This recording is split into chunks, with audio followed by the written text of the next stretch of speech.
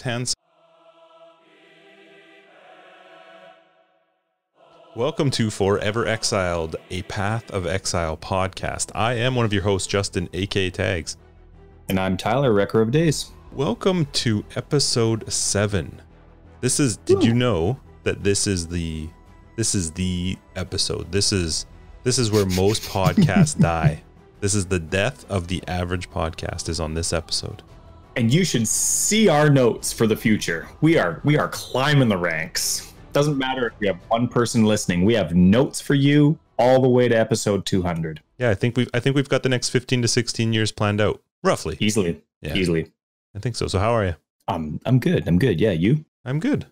I'm excited. Our last podcast was a lot of fun. The New Year's one, we chilled out, had some fun for New Year's Eve, and now we're back at it.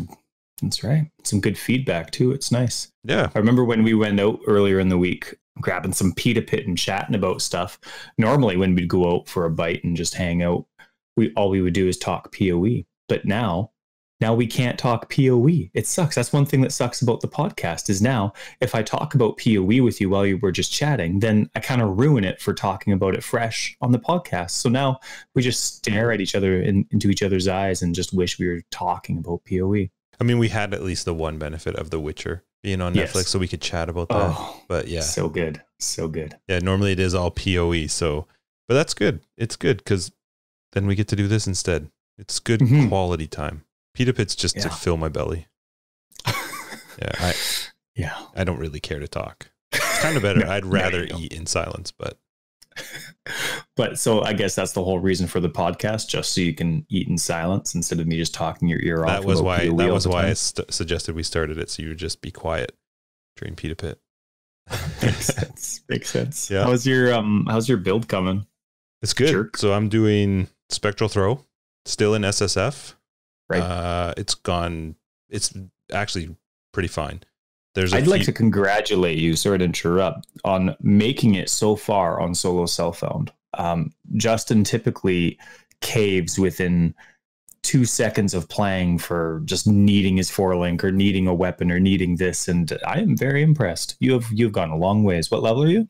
I'm 84. I'm still rocking. I mean, 84 is actually it has been slow just because of real life, but I'm still on 4 links. I still do not have even a 5-link, which is pathetic. But it's totally changed the way that I play the game, and it's actually been fun. I think that's part of the reason why it's made it fun is just because it is quite a different way to play the game, and I'm not getting stomped on, so it makes it still fun to do. There are, it's funny, the stuff that I'm struggling with is old stuff. So clearing a Legion is actually quite difficult. I can't do enough damage right now to really clear much of a Legion when it shows up, and Alva is just a ginormous waste of my time right now. It is on so many builds, though. It's so poorly done. With anything time-based really hurts a lot of different play styles. Yeah, it's not normally been like this for me with Alva, but the temples just, I can't kill the stuff fast enough. I can get the boss down, like for, which room I want to upgrade, but it doesn't matter because I'm not connecting any rooms. I can't clear fast enough to gather keys and actually unlock any of the rooms. So I've just given up. I've stopped doing her for now. I'm building up all of the map quests, all the missions for her, and maybe I'll do them later when I get some reasonable upgrades to gear and stuff. It's weird to me though that one's so difficult, especially when I'm doing metamorphs that are fully upgraded, clearing the Atlas. Like I'm, obviously not clearing them. We'll talk about the Atlas later, but I'm, getting up into the 6 and 7 tiers currently. Well, even a little bit higher than that, but it's not been super difficult on that end. So it's weird to me that Alva is the one that's kicking my butt. How's yours? What are you doing? You're still playing what?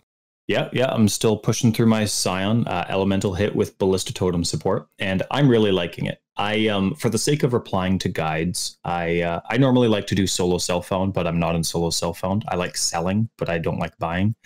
But I did buy a 5-link for an ALC, and just to try and progress in terms of being able to reply with a little bit more relevance to my guides, or to the guide replies and questions and comments.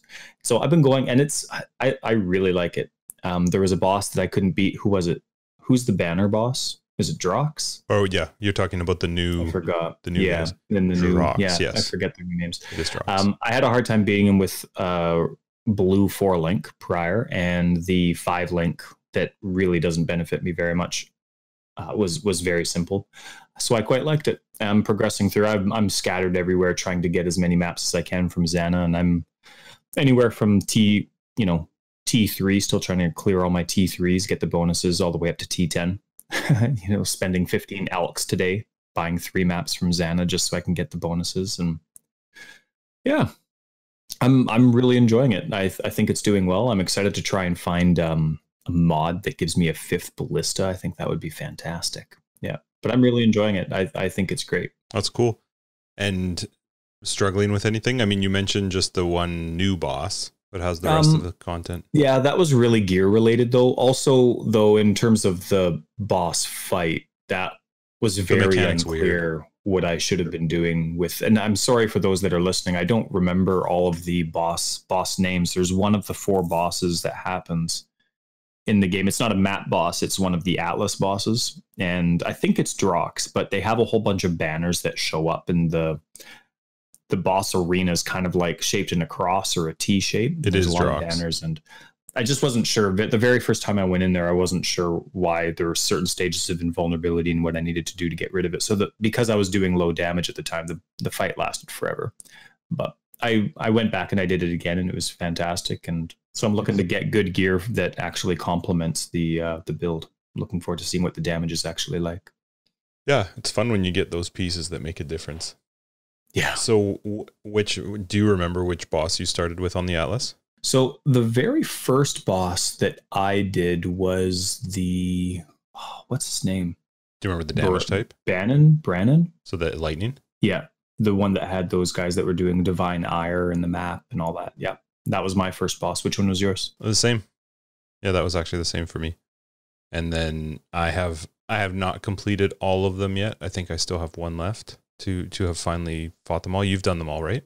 I have. What are the other 2 that you've done? Just so I don't give you spoiled details for the one you haven't. I have done Drox, and Drox for me with Spectral Throw with the way that I'm set up for boss fights was actually quite easy, just because everything right in the center gets hit. So his banners did very little.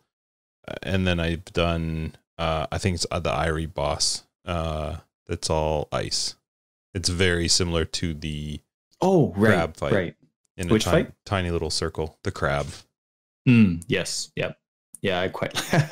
I remember you were watching me do that fight, and I don't pay attention to the challenges or the bonuses. I just like to play, and I was, I make my one-handed builds, right, so that I don't have to button mash, and so I'm snacking with my left as I'm clicking with my right. And you informed me later on that I missed out on the challenge, not because I wasn't surviving properly, but I missed out on the challenge of staying out of the whirlwind because I was snacking. Yeah, you could hear you eat a chip right as you ran through the hurricane or whatever it is.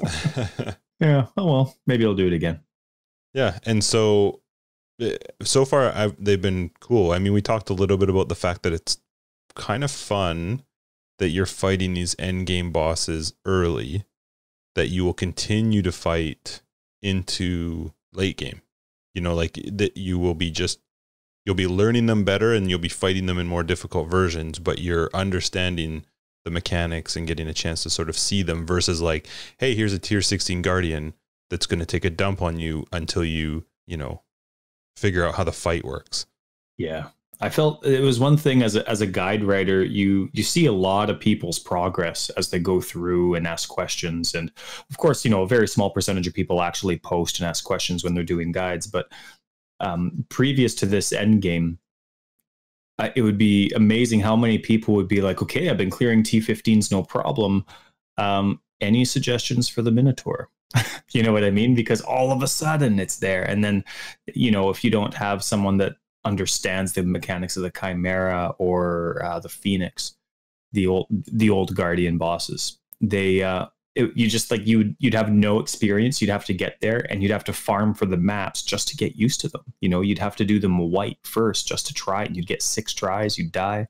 So I love this new concept of you're doing the battles in white maps. Then you're doing the battles in red maps. And yeah, it's getting harder, but I love that your new players are familiar with these battles on easier difficulties. And then it just progresses. I think it's a really good design. Yeah, it's very cool to get a chance to fight them where you have a reasonable chance of fighting them and not being just crapped on and having to waste especially a map that's really hard to get. It's not the same in this case where you can, your 6 portals, you'll probably do it when you're fighting them in the white versions. Yeah. Yeah. I'm think it's really cool. And I mean, you can balance it too, right? Because you can control the Atlas in a certain way. So it's not like you're forced to do the more difficult versions as you come. So it's pretty cool. It is cool having that much control over it. So one of the things we were chatting about was the fact that you now can fight the boss too at the end, which was not the same when Elder was introduced. So you would do the map and Elder would suck up the life of, the Guardian, right, or him would suck up the life. Whereas this, they actually let you complete the map still. Yeah. Fight it. And I actually really like that because it always felt, you know what? I think the reason that it used to bother me with Elder wasn't so much that I didn't like the fact that Elder or his Guardian was sucking it up. It was the fact that I was always stupid and I would always load into the boss area and blow cooldowns or flasks or something and then realize, crap. That's right. He's not even, I can't even fight him. I got to wait and go into another portal and do it again. Yep. Yep. I like it because I think it's a lot harder. You know what I mean? Like you could be using up portals trying to beat the map boss and then you still have to go and do the normal boss.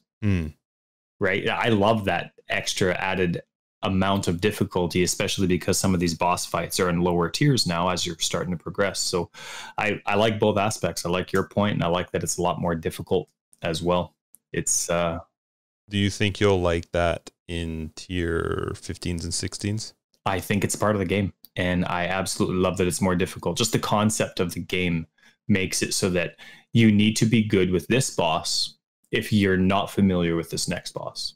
You know what I mean? Like you have 6 portals for the entire thing. I really like it. I really like it. When you did the Eerie or Irie one, the one that has the hurricanes that you have to stay inside the circle of, leading up to her, did you have to fight the crab boss? Do you remember? No, it was not the crab boss. Okay. I felt like they were just slapping me in the face by making me do an annoying boss that has a really annoying phases and invulnerability. And then they made me go do the exact same set. Thankfully that this new Guardian doesn't get the invulnerable phases, but yeah, I was like, oh, come on. Like I really have to do this and then go on to that fight. Well, you remember the crab boss used to have a bug at the beginning of one of the previous leagues where it was basically invulnerable. Was it just last league? It was last invulnerable. League. It was not only was it invulnerable, but it would not lose its area of effect damage over time. So it would just keep that electrical static thing around it. Every time I fought it this league, it keeps the spinning circle that goes around it, but it doesn't seem to be invulnerable. Yeah. I don't know. So I don't know if that's an intended change or if that was a mistake like they did previously, but you just reminded me of it when you were talking about your path. Yeah. So kind of on the topic of the whole Elder Guardian sucking things up and now you don't have to do that and you fight the bosses. So there was a comment made to me the other day that actually kind of stuck out. And it was that for someone who's played the game prior to this expansion, but maybe never reached endgame. So they never got to that point of fighting Guardian or the Guardians or Shaper or Elder. Maybe they just hadn't progressed far enough, had a build that could take them through that or whatever the case may be. But they played through the game and they never got a chance to get to the end game where they would experience the fighting of Shaper, fighting Shaper's Guardians, working your way up to Elder, getting through Elder's Guardians and how the map and the influence would spread. And then finally going on to fighting Uber Elder.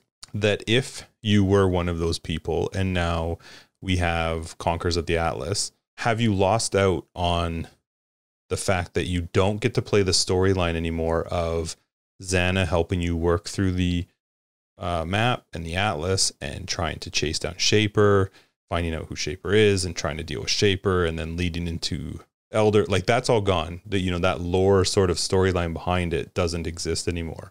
It was actually a good point. I hadn't really thought of it because I've done it so much, but To a new player coming in, I don't know that it would matter, but I was a little curious for a player who's maybe played for a while. Does that affect them, do you think?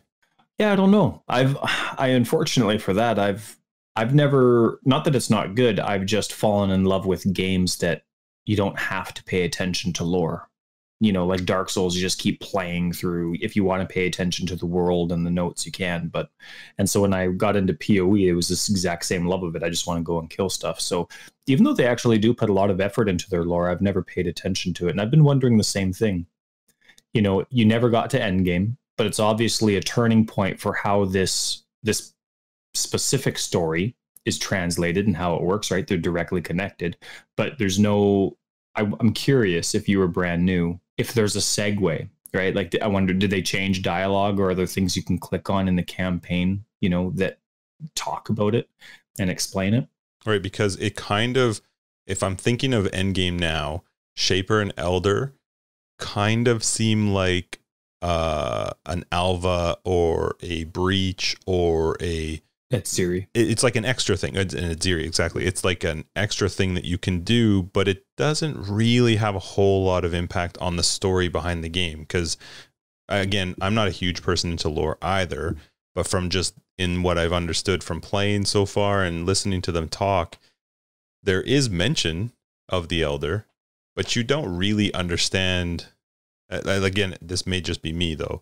Why, you know, Xana had trapped the people in there, and why the Shaper was being attacked by the Elder, and, you know, like all the stuff that was endgame up until this league, it doesn't seem like it exists anymore. And if I was the new player, the same way that I like to play the games, which is the same way you do, I probably wouldn't care. It wouldn't bother me at all, because that's what it is, and I'm going to play it, and it's going to be awesome. But if I had played up until this point and never reached that point, you know, if somebody maybe the last 2 leagues was their first leagues and they just never have gotten to that point before, I'm curious if they feel kind of jaded that they missed out on it, or if they're going, okay, well, this is just what the new end game is, and will probably be, I imagine, for the foreseeable future. I mean, they don't change end game to this degree very often. And, you know, it's one of the things we chatted about was, does this extend into PoE 2? You know, is this the Atlas that kind of carries through? I would imagine it has to. To PoE 2? It would, yeah. Like, for them to change endgame again? That would be my assumption. It'd be interesting to see, right? I mean, to go back to the previous point there, if there's anybody that's listening that does pay attention to lore, or if there's somebody that has gotten to, you know, the red maps of endgame in this Atlas and you never killed Shaper, for anyone listening, feel free to let us know on our episode 7 post on Reddit or on Twitter. Let us know what you think about it, because we'd like to know. Because as mentioned, both Justin and I guess wish we have, but we've never really paid attention to the lore. In terms of PoE 2, though, like you said, they never really change it. So I'm curious how much of this ties in, you know, like what they might be leaving out right now, how much of it will tie into the arc of the PoE 2 campaign. Right. Because just think, I mean, there's no way I'm going to be completely accurate saying this, but even looking back to when 3.0 was announced and released, even when Elder was introduced to the game, that wasn't end game changing. The Atlas, besides the fact that maps rearranged, it almost was a copy of Shaper, and that Shaper's influence now could become Elder's influence. There were still 4 more Guardians. Like, there was no real big change to endgame. It was an addition. Right. Whereas this one is completely different, entirely changing the endgame. And we've gone a very, very long time with the previous version of endgame. I can't see within a year them all of a sudden swapping it again. If it was 2-3 years, maybe my guess would be 50-50, but this seems to be like it'll be, maybe they'll change it, right? But I don't know. It seems so perfectly interactive, customizable, that though then again, it was hard to imagine that something like PoE 2 could exist. It was hard to imagine that they could do something like this to the Atlas. So it's not like imagination's an issue for them, but it's hard for me to imagine that it could get much better than this, that they have a plan for 2021 that's going to actually replace this. This just seems so neat in comparison to what we've had. It could be like an Elder type edition, but to be a complete rework would be, I just don't see it. I imagine this is probably what carries into PoE 2, which then does that. I'm really curious to see again how they tie. How does everything tie in? Is there a lore tie-in to the two different stories if the end game is still the same? Yeah, I'd be curious because there's a timeline jump, right? Mm-hmm. About how the world's changed, and this happened a while ago. I think it was. I forget what they said. Anyway, I've for a long time I've wanted to do a lore playthrough, and then every time I go to start a new character, I remember that I wanted to do a lore playthrough when I'm in Act 7 or 8, but I've just been blitzing through. What would a lore playthrough mean to you? Does that mean reading everything? Yeah. I want to go through, and I mean, a lore playthrough, I guess, would technically be with all characters, right? Because there's different dialogue that happens, but I'd probably just do it with one and then read the wiki dialogue for the other 6 characters, but 6, right? No, 9, whatever. Anyway, I'd like to do that, and I'd like to click, find all those scrolls that you click on and they talk as you're progressing. I'd like to listen to them and, read some of the comments. And yeah, I think it'd be kind of cool. I'd like to actually know the lore well. I'd like to order the graphic novels they have on their website. Read every page. Yeah. Yeah. I wonder if that's going to expand when PoE 2 comes out with the new ascendancies. Maybe not. I think that was like the only thing that I didn't buy when we were in New Zealand was their book. They had an art book for PoE. Yeah. So cool. We had somebody mention to us about Atlas, how Atlas works, and how, if we had any feedback or updates on how we found it or what we thought about it. So the one thing is we're still relatively new to this league. Like, we're 3 weeks in. It's not typical for me to be where I am. I feel like normally I'd be way further into the Atlas than I am. Normally you right burnt out by like you're burning out about a month or a month and a half in. So you're well onto your 3rd character by now. Yeah. So I've actually enjoyed it, but I do have, there were a couple points that I made notes of, and, a couple cool things that I've noticed and that, you and I've chatted with. So I'm just going to start really simple. So for the most part, maps, it looks like still drop exactly the same. They're dropping to connected maps. If you run a map that's connected to another map that you haven't discovered, they're going to drop through that method. They have a chance of dropping. That's right. It seems, from what I understand, the only difference is Metamorphs and Itziri can drop unconnected maps. So if you do a Metamorph and you add on additional maps, those ones that have dropped that I've seen as well are not always ones that are connected to ones that you have, which is cool, because that to me seems like a very, very valuable mod. I think I've picked it every time. If it drops and additional for those maps. that are new to the game, Xana also does that. The maps she offers and then the maps that drop within her maps in a map are also completely random and don't have to be connected. But you were saying you select every map mod? Every time that Metamorph gives me the option to drop maps, I've been taking it. So yeah, that's my primary one as well. Got to get those bonuses. Yeah. And so the drop rules are very similar. So white mobs are still dropping the current tier and below. So if I'm doing a tier 5, it's only going to drop 5, 4, 3, 2, and 1. They did make a change though. So blue and yellows can now drop the current tier and below plus 1 tier. So if I'm doing tier 5 mobs, right? Yeah, sorry, rares and magic. So it used to be that magics rares used to be able to drop plus 2, but they're now the same as magic. So magic and rare can only drop the current tier plus 1 and below. So if I'm doing 5s, they can drop 6 and down. And bosses and the metamorphs can drop the current tier plus 2. So it's very, very similar to how it used to always be. The only difference now is rares, so the yellow mobs, they can't drop a plus 2 map anymore like they used to be able to. Well, that's, though, that there's a lot. They changed the kind of the density of enemies. It seems there's a lot more rares than there used to be. I've noticed in the campaign and everywhere. There's rares everywhere. So I guess that kind of makes sense in maps. And then, of course, being a Metamorph league kind of makes you think that they're going to keep Metamorph if they're going to have that many unique enemies, right, to balance out the types of maps that are dropping. Mm-hmm. And so one of the other new things that they've added with this expansion, obviously, is the whole Conquerors of the Atlas, which has added these citadels now that kind of unlock the way that, from what I understand, they unlock is when you beat the third map of a region. That's when you get this portal to Xana to sort of go through. Now, the one thing I haven't actually tested, because I'm a little scared to test it, and I think I'm past that point now, is do you have to go through that portal and speak to Xana? Because what happens is the portal pops up, you walk into the portal, nothing happens when you first walk in the portal, but as soon as you move, you get the notification that this citadel and this region has been unlocked.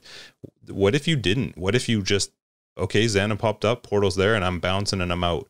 If you don't go in, the exact same thing. I'm just scared to test it because I don't. Yeah, I don't want to test it. No way. So hopefully, maybe somebody's tested it. I don't really know. I imagine it must still unlock. That would just be really, really unfortunate if it didn't. Because if that was the case, just imagine if that's the case, you could actually play the entire Atlas and never unlock a citadel. Mm-hmm. Well, in her new portal that they added a league or two ago, it blends in. There's some times where, like, with all the stuff that's dropped. Yeah, because it's rated by drops. I didn't see it. I'm pretty sure I missed one, but I'm not sure. And I don't want to go back and try. No, I won't be the one to test it. So hopefully somebody else has tested it. Yeah, but not for our sake. Just if you've already done it, don't screw yourself. Well, I'm all right if you do. Just for science, let us know. For the greater good. That's right. So when you do now go through these, they unlock the citadels, which allow you to continue with maps in that region, and you will eventually unlock the guardian for that area. The way that it works, from my understanding, again, is when you load the map. It's actually kind of cool. When you load the map, the region that map is part of pulses. If you watch the atlas while you load the map, you'll actually see a pulse go through the region that you're in. And apparently, from what I understand, that there's a chance that the boss can spawn during that process. When the boss spawns, you can speak to, I think it was a Kirik. Is that the new guy's name?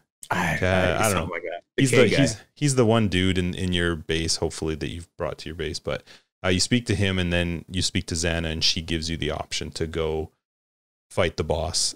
You basically have to clear the map that she gives you. Seems to be just a white version of the map.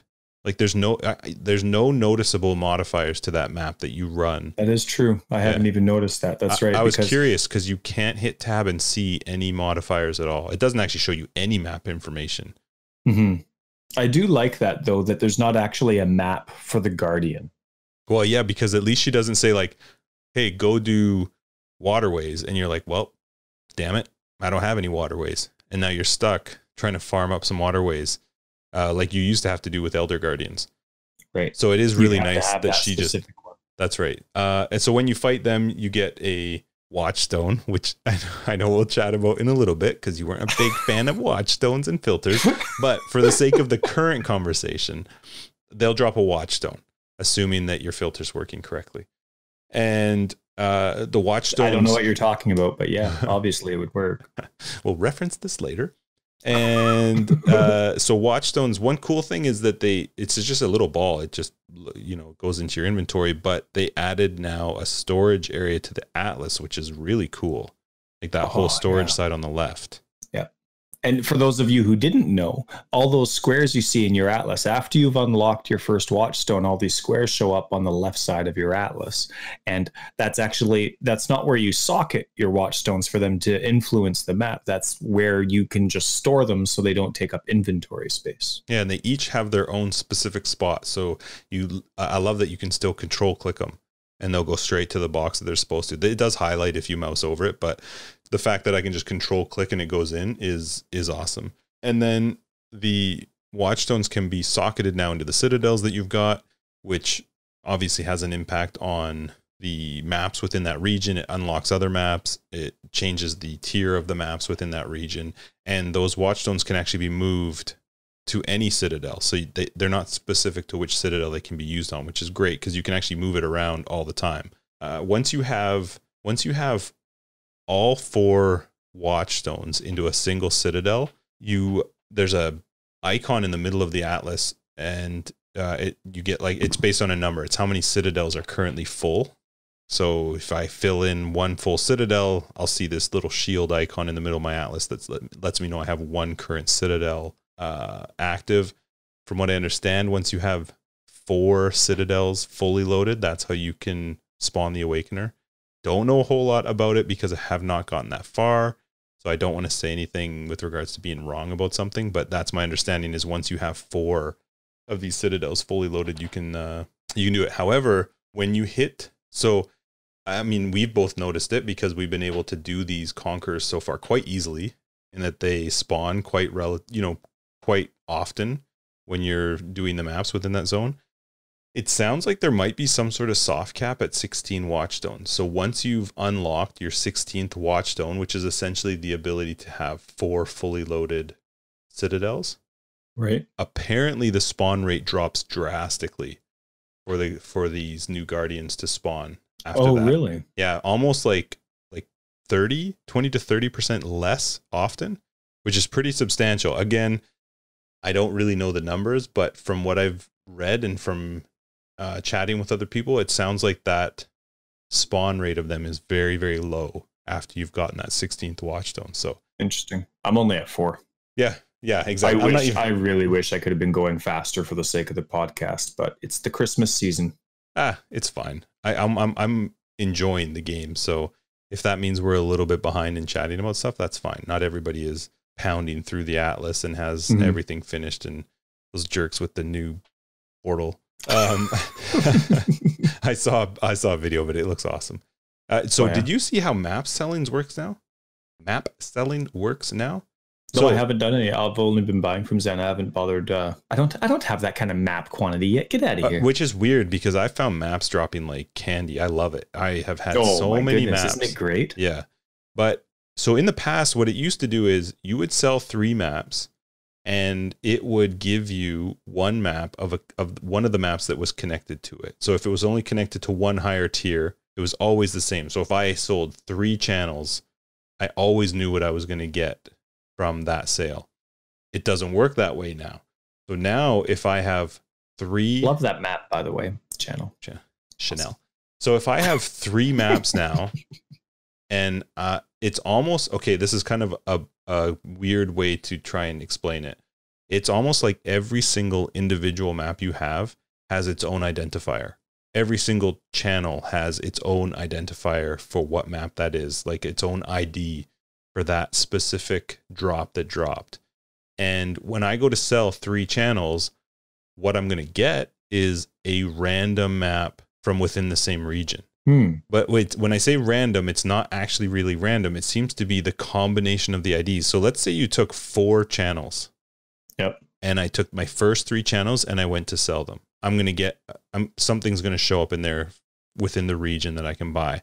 But if I take out one of those channels and put in that 4th channel, it's actually going to change what my result is. That kind of makes it easier. It does. It makes it quite a bit easier as long as you're buying within your region. As long as you're trying to get a map within the region, if you have at least 5 or 6 of a specific map, there's almost no way that you won't get a map within the region. That's cool. Yeah. That's I really like cool. it. So for currently where we sit in the Atlas, that's sort of my understanding. The way I played the Atlas so far is I just expanded as much as I could. I've been running as many of the white maps just to try and, I don't know, I don't even know if it's a good way to do it, but it makes me feel better to kind of open up the Atlas and get a chance to see it. And I have done quite a few maps that I can't see just through Xana and through other stuff. But yeah, that's sort of the overall view that I currently have for Atlas. Interesting. That's cool. My strategy has been my old school strategy. I don't know if it's beneficial for this current setup, so we'll find out after we've spent some time. But it's always my goal to clear all the T1s. I want the bonuses and all the T1s. Once I have that, I do T2s. If I don't have my T1s done and I can't find any of the maps, I'll do T2s, 3s, and 4s until I find that. But then I go back and I make sure that I'm cleared T1s and T2s and get all the bonuses. And so I'm working my way up. And then as I unlock Watchstones, I'm just spreading them out one by one. Right now, I'm not making one area, loading it with 4 Watchstones. I'm just keeping it balanced. I don't know if that's beneficial or not.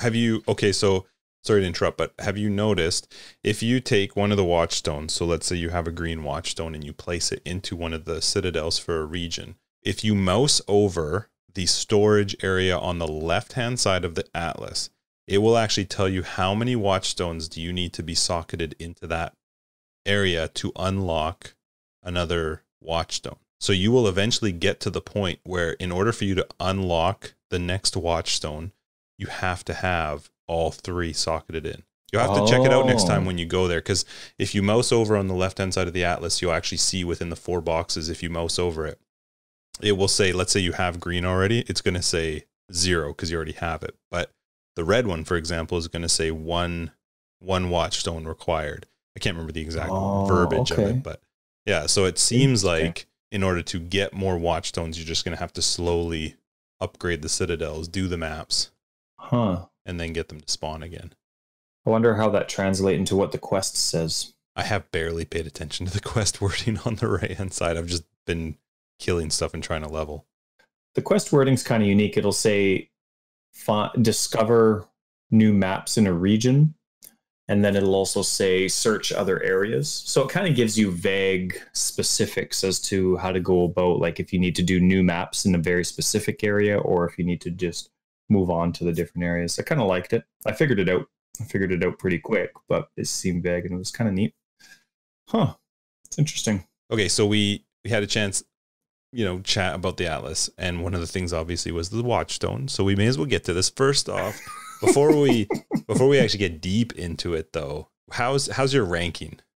Where's your position right now? Oh, come on! I don't know these things. I'm sure you have one of those like counters on your desk, like a digital one, that's like telling you what place you're in. I have my filters bookmarked so I can edit them quickly. Give me 2 secs. But you don't know. No, that's fine. I'm checking. So you're currently at 8th, 8th and 10th.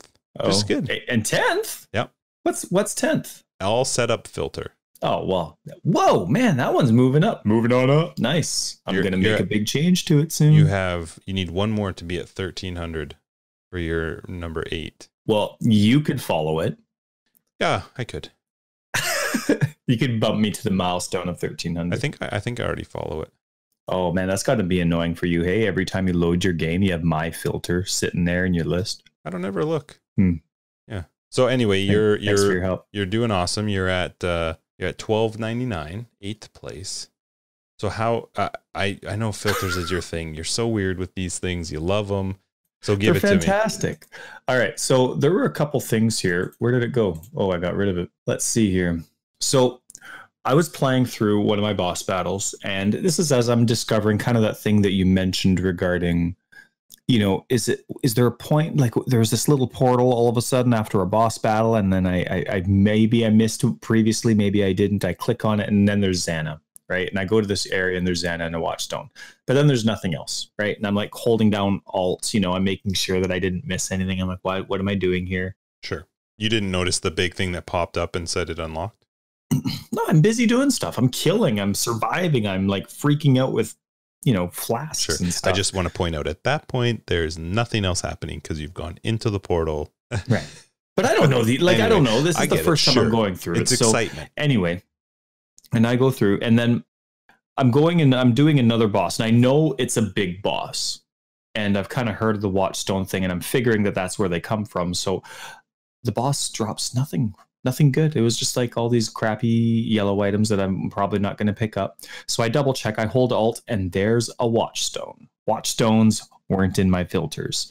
But here's the thing. When you go to the Path of Exile, that 2 days, the day before they launch a league, they come out with their item filter JSON information, and then they also have the What? You preface that with how. No, I don't. I don't know that they come out with their item filter JSON. No, nobody knows that. There's like 4 people that play this entire game that know that. No, okay. You know what? I'm bringing it up right now. Come on. So they release this spectacular file. Go on. And well, no, they have it there. It's just described. And then they'll have a small little blurb about the additions to the filter. Sure. Right. So it'll say, okay, Watchstones, and then it'll say quest item. It'll say I don't know, like these, I mean, there was an insane amount of information this time around because they added so many different influence types and different types of maps and, you know, that kind of stuff. Here, Sure. where is it?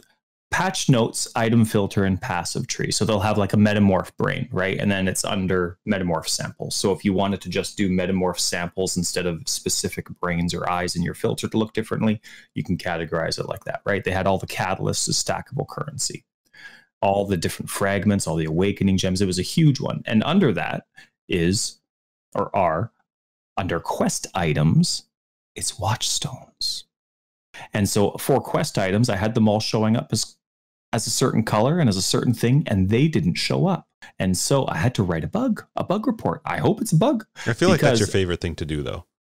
At the very top of my filter is quest items. That's the very first thing. I don't want that to get overridden by anything. And it's supposed to show up in nice big green text, all my quest items, and they didn't show up. So I had to manually, specifically type out crimson, cobalt, viridian, and golden watchstones and have them at the top, as well as all quest items. So I was pretty choked. I hope I didn't miss anything. I don't think I did. I'm sure I could just go to Xana if I left it down on the ground.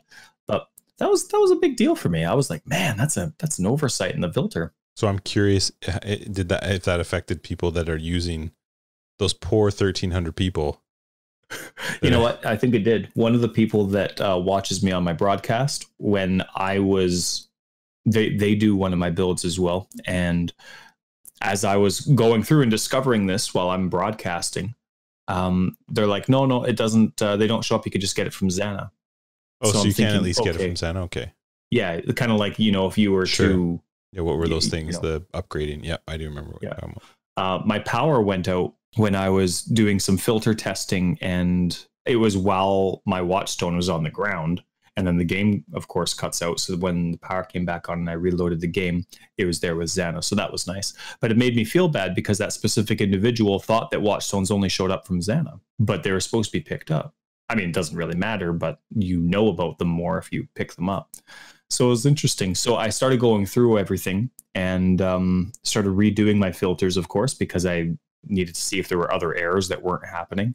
And I discovered that the sounds that are in the game naturally, but they don't use in the default filter for chaos orbs, blessed orbs, what do they have for exalts and like the Mirror of Calandra? Mm-hmm. You know, they'll have a sound instead of just ding for chaos, they'll have like, I think it's the Shaper's voice. He goes, chaos orb. And when they first released these filters with the website, unless I made a mistake, which is obviously impossible, they weren't activated. And then when I started going through, because of this Watchstone bug, when I started going through my filters again, I just figured I'd check it again. I didn't think it'd be working at all, and they did. So those Chaos Orb, Exalted Orb, the Mirror of Calandra, all those cool things I can now put into my guides. And so it made me want to completely revamp my guide. And now I'm totally customizing it. Now, when you say guide, you mean... Oh, sorry. No, filter. So anyway, thank you for that. Cool. So I'm redoing my filter. Yeah. It's going to be sexy. It's going to say Chaos Orb, and it's going to show Watchstones. Well, at least it's going to have Watchstones. That's kind of important. It's a perk. $5 extra for the Watchstone edition. That's right. Yeah. Anyway, that's my story. Sort of bore everyone except for the 3 people besides me that like filters, but I was surprised that the Watchstones, even though they're categorized as a quest item, weren't showing as a quest item. So was there any response to your bug report, or did it just all of a sudden get fixed? No, it well, I mean, I won't know if it gets fixed because I'm keeping I'll find out in 3. Yeah, I'll like keep it in 3.10. I'll test it out again. But they just posted something yesterday, I think it was, that said they have a huge list of things they're working on, but they're waiting until all the devs are back in the office once the skeleton crew has been relieved. And then they'll give us a huge thing of what's coming up. So I'm hoping that that'll be on that list of bug fixes. Just for the sake of my faith in doing the 3.10 filter and not having to worry about some of those basics. Phew. Mm-hmm. So then the end. At that point, you'll start to skyrocket above 1,300. What's the goal? That's what's holding me back. Yeah. Watch out, Neversink. That's right. What was holding me back. Yeah, you're in trouble now. Mm-hmm. So I found 2 fun tips with regards to maps and Atlas that I thought were kind of cool. That I know quite often if I'm trying to figure out if I've done a map, what tends to happen is I hit G and I type it at the top, right, to figure out like, have I done this map or whatever. But you can right click on maps in your inventory while you have the Atlas open. So you can actually do 2 things. You can mouse over it and it will actually start to flash the map on the Atlas. So if you have G to open up the map and I to open up inventory, mousing over the map will sort of flash it. But if you right click it, it will actually zoom right into the Atlas. That's really cool. I didn't know that. Yeah. And you can, I think you can do it from the stash as well, which is really cool. The fact that you can see. Oh, you mean you right click from your inventory with your map stash open? Yeah. So you hold left on the stash and then press G. That way you haven't clicked on the stash, and then let go of left click, which will give you the stash and the Atlas at the same time.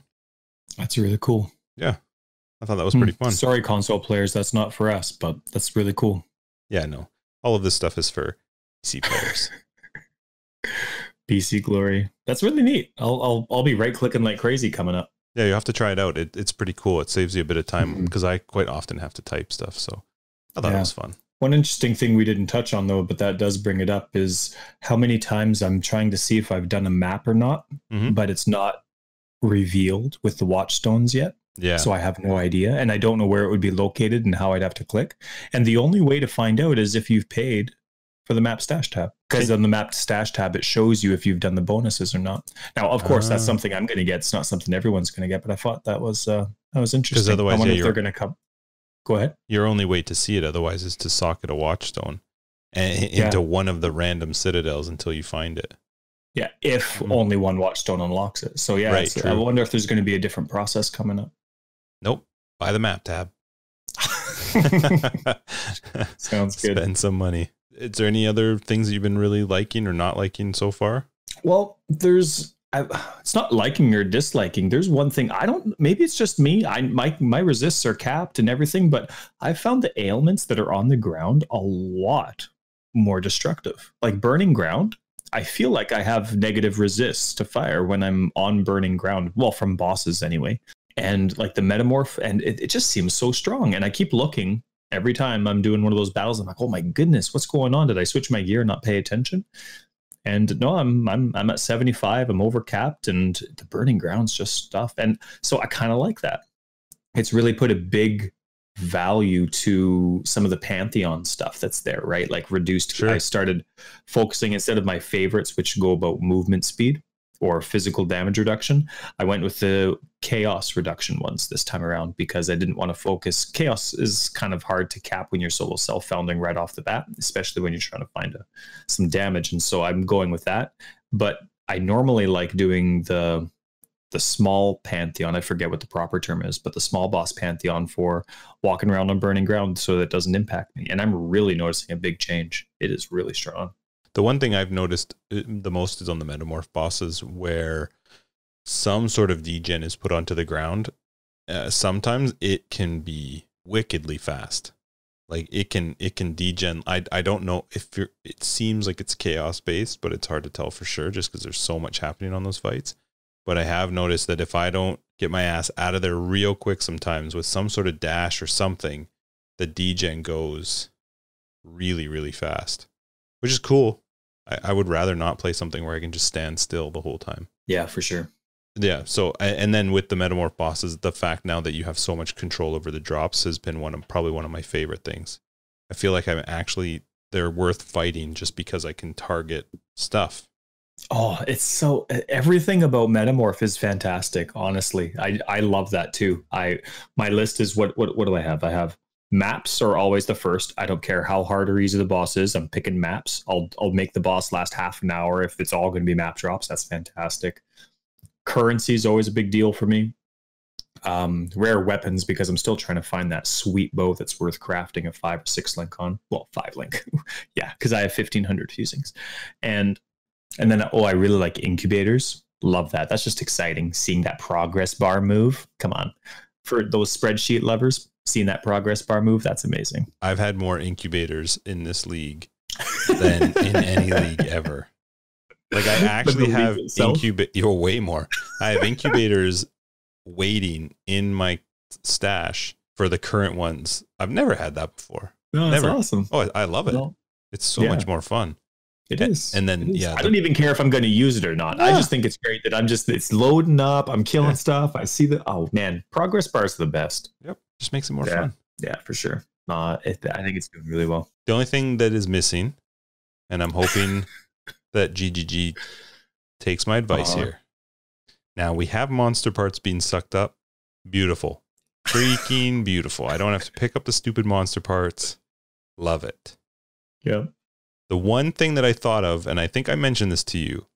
I'll never be able to guess. So what that said to me was that the technology exists. We know they know how to do it. Suck up the portals and wisdom scrolls. Don't make me pick them up. Just let me always have one or 40 or 1,000. Especially now that I'm in have solo. A cap for your current inventory while you're running around, but auto pick them up. I don't want to pick them up. Yeah. You said that would be, you were telling, who was it? Was it ETH that you were saying that the one thing that's going to kick you out of solo self-found is needing to buy portal and wisdom scrolls because you're so tired of picking them up? I have 400 wisdom scrolls. I've never had 400 wisdom scrolls before. No, I normally sell you them. Exactly. I'm always buying them, but I'm terrified I've got a to run out. stash for when you convert. I got a stash waiting for you. Well, I've got currency to do nothing with currently in solo self-found, so I'm gonna be rich once I leave. You had an Exalt drop in solo self-found. Congratulations. Yep, you can use it for what they're for now. It's just sitting there beside my mirror. Yeah. Love to see that. Do you want to know what they look like? I can take a screenshot for you. We've had this conversation. I want to see a PC mirror. Mirrors that drop via console, they don't count. Sorry. I got it on YouTube, the drop. And unfortunately for everybody that was watching or that has seen it, I was also speaking while broadcasting when it dropped. And I sound like a fool. But it dropped. Yeah, it just dropped. keep in Unfortunately, mind, not with the Mirror of Calandra voice, but it was also on Xbox, so it's like worth 4 or 5 wisdom scrolls, roughly. I used to have my currency stash tab public so that I could sell some of the stuff that I was overloaded with, but it was just so annoying getting constant, very, very lucrative offers for the mirror. But it's just there for looks. Like my 7 or 8 wisdoms will be for sale. Pardon me? 7 or 8 wisdom scrolls? It was almost a full stack. Ooh. Almost. You were going to rip them off. No, it was like a lifetime supply of Exalts, but it wasn't console. Yeah. I'm going to say this every time. I know people are going to hate me for it. I'll show you what it looks like, but congratulations on your solo self-found Exalt. Yep. It's going to sit there till I leave solo self-found. Unless I craft something for fun. Yeah. Get a good claw. Anyway, so let me suck up scrolls. I don't want to pick them up. I'm tired of picking up scrolls. And I know the technology exists. We know they can do it. So it's a good point. Now they just need to do it. So one thing that's really cool is this week in between episode 6 and now when we're recording episode 7 is we actually hit just over 1,100 views for our podcast, which is awesome. I mean, It's kind of weird. We both didn't really expect that many people would get into it right off the bat. We knew we were awesome. But starting off by reading the dev manifesto. Yeah, the first 2 episodes were a little dry. But I mean, we enjoyed it. We had a blast, and that's the main reason we were doing it. It was just for fun. But yeah, so a big thanks to everybody. I mean, that's pretty cool to be at 1,100 listens. Yeah. At episode 6. That's awesome. I saw that there was 1 or 2 from New Zealand. So for those, because obviously they're probably listening and they're pining to know what we think and what we're saying. You think, since GGG is obviously listening, you think we're big enough to interview anyone we want anytime? Well, I'm always going to say yes. Probably. But I think the answer is obviously. I think our biggest problem is going to be the fact that you didn't want them to have a Merry Christmas. And I think that's going to come back to bite us. Because if they listen to episode, I think it was 5. I think in episode 5, you really had it out for them. you know? No, it Like, was. you It kind of wasn't took them to having it. town. I Like, wanted them to have a great Christmas with eh, the old Atlas. I think people heard differently. You're like sending out these notes on other social media sites about how I hate them. Just Not short at all. clips. I snipped our part of our interview where you're like, no Christmas for GGG. Fix my, what is it? Fix my currency. No, converting tab or map tab for console. Yeah, you're gonna copy and paste me like a Simpsons interview on The Simpsons. So anyway, obviously, of course we could. It was just a joke, but I thought that was really exciting, and I love that number. I feel like somebody actually mentioned that to us too, something about them. But it was really cool to see a couple in New Zealand. That being said, it was probably lovely, lovely POE players and listeners in New Zealand, because we know you exist and you're beautiful. Yes. Big thank you for everyone to help encourage us to keep going. This is a lot of fun. We're quite enjoying it. So thanks for, hopefully you're enjoying it too. And again, don't feel shy about feedback. No, give us positive feedback only. So has to be. You don't write guides. We can tell. That's true. I definitely don't. Yeah. I try to be as nice as possible on Reddit. We're not even going to go into Reddit. If you'll notice, I removed it because I love Reddit. I love the moderators. I didn't even I love notice. the people. I may have had issues. Oh, Justin, he's growing up. I think some of the rules are stupid, but I shall abide. That's as much as you'll get from me. Yeah, I did want to give a couple really cool shout outs to some people that have thrown out some love to us. So we had I'm sorry if I missed some. We had Summon X gave us a really cool thing saying he's an instant fan of the podcast. Glenn Hunt saying loving the show, keep up the good work. Bearded Cyborg, love the podcast, guys, keep the great work up. Oh, he actually said any chance for a crash course on the new Atlas episode. So you, Bearded Cyborg, you were the one that I read it for. This whole episode is dedicated to you, Bearded Cyborg. Wow. Mary Morjax said, looking forward to listening. He actually found us from Wrecker's Bladestorm build. So people do follow them. I'm just kidding. I'm just kidding. You're a jerk. I, for one, am quite glad you decided to self-promote on the build, or I'd have not known about this podcast. Ken Smith, great job on the pod, gentlemen. Keep up the good work. Okran, I'm really enjoying the podcast so far. Keep up the great work and Happy New Year. Thank you, sir. To you too. Cryptics, first-time listener of the show and definitely continuing to listen in the future. Bowlymons, thanks for the effort on the podcast, guys. Keep up the great work. They're entertaining and provide some great extra bits of information on the game while I'm doing my regular runs. Eastern Rabbit says, anyway, I hope you guys have a great new year ahead and hope to hear your podcast soon as I really enjoy it. And then we had Sakatomi, who actually gave us two sweet shout outs. His first one was that he's really enjoying the podcast a lot. He's a new player and it's nice to listen to people that are also struggling, because while we may have been playing for a long time, we're certainly not professional players and, hot shots. So but nobody's better than us. No, not better than us. We are the best, but we struggle, obviously.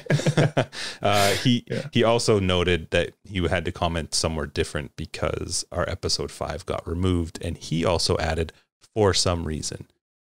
I agree with you, sir, 100%. For some very silly reason, it was removed. But then he added later on, he's really enjoying the show. He's been learning a bunch from us. Thanks for taking time to do this every week. And he hopes we both get time to play our own builds sometime, which we have, which is awesome. It's been really fun getting to play it. And then also doing this. It's been a blast. I'm really having fun with it so far. And thank you for everyone else who posted and gave such encouragement as well. In episode 6, we asked everybody regarding a giveaway that we're doing. To just tell us what your favorite, listen to episode 6 if you're interested in a giveaway. If you're starting with episode 7, listen to episode 6. There's information on a giveaway that we're doing for episode 8. But there was people that were responding to it and answering the question, but then also provided us feedback. And so thank you very much for all that, for the advice and for your encouragement. We really appreciate it. Yeah, I think we'll actually add it to the show notes for this one as well. So we did talk about in episode 6 that we were going to do a giveaway coming up in episode 8, where we're giving away one of the 3 you get to pick from the $60 supporter packs. So you get to pick which one you want on whatever platform you want. The only thing you have to do is hop on to the Reddit post that we'll put on this one as well. that goes back Right. to the information from episode 6 and just tell us what your favorite league was. What league? Yeah. I mean, still listen to episode 6 because it was awesome. But Yes. tell us what league was your favorite out of this past year, sort of why. And yeah, continue with the feedback, positive or negative, but mostly positive would be great. And I want you just write a guide once. but my guide would end at post 1. Then you wouldn't even worry about the negative feedback. You'd read it, but you wouldn't take offense. You get used to it real fast. Oh, I don't worry. Negative feedback doesn't bother me. I can skip over stuff real easy. Well, you skipped over why episode 5's thread on Reddit got removed very nicely. Yes, I think so as well. And we're going to leave it at that because yes, we would like to continue to be allowed to post. yes. But anyway, so far this podcast has been a blast. So thanks to everybody who's been listening and giving us some feedback. And I think that pretty much wraps up episode 7 of Forever Exiled, a Path of Exile podcast. I am Justin, aka Tags. And I'm Tyler, Wrecker of Days. Thank you very much for listening. Yeah, you got it. Don't forget to check out the show notes below for more information about today's episode. You can find us online at www.foreverexiled.com, as well as on the tweeters at foreverexiled82.